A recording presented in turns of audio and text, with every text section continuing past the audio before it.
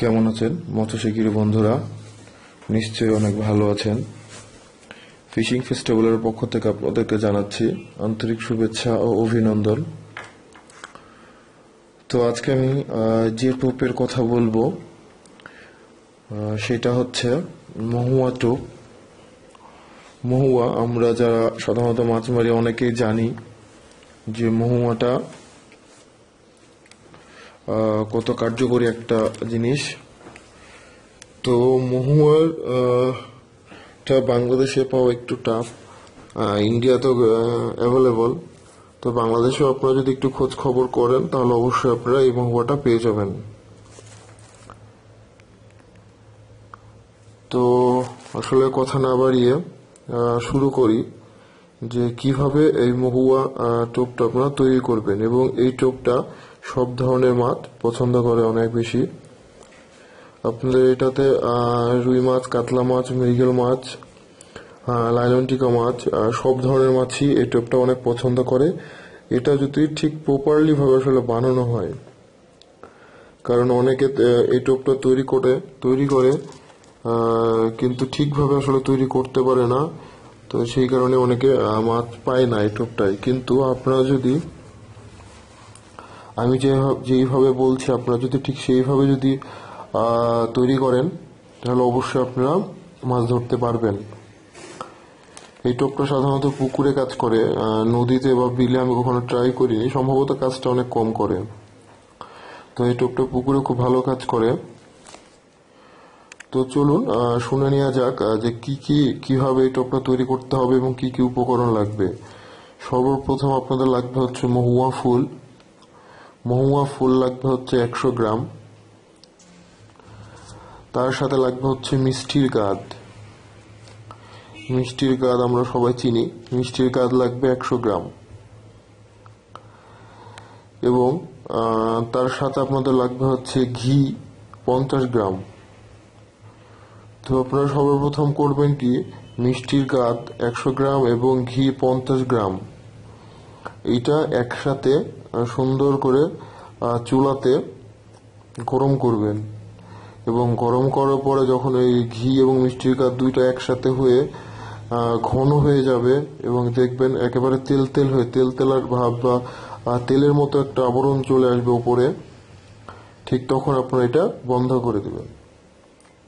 এবং তখন চুলাটা বন্ধ করে দিবেন। এবং বন্ধ করার পরে আপনারা ওর মধ্যে 100 গ্রাম মহুয়া ফুল সবগুলো আপনারা দিয়ে দিবেন।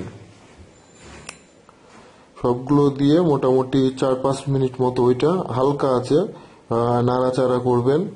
এবং নাড়াচাড়া করার পরে আপনারা দেখবেন প্রত্যেকটা আইটেমের মধ্যে সাথে মিশে গেছে। এবং মিশে যাওয়ার পরে আপনারা কি করবেন, ওইটা ব্লেন্ডারে খুব ভালোভাবে পিষে নেবেন। তো তারপরে আপনারা খুব ভালোভাবে পিষে নেবেন, ওইটা ব্লেন্ডারে খুব ভালোভাবে পিষে নেবেন।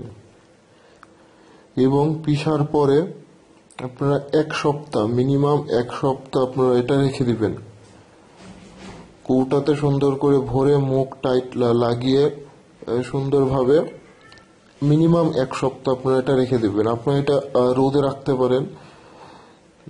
তা প্রথম 3 দিন আপনারা রোদে রাখবেন, পরে আপনারা এটা এমনি নর্মাল রুমে যে টেম্পারেচার সেই টেম্পারেচারে আপনারা এটা রেখে দিবেন। তো আমার চ্যানেলটা এখন আপনারা যারা সাবস্ক্রাইব করেনি তারা অবশ্যই আমার চ্যানেলটা সাবস্ক্রাইব করেন এবং পাশে থাকা বেল আইকনে ক্লিক করেন।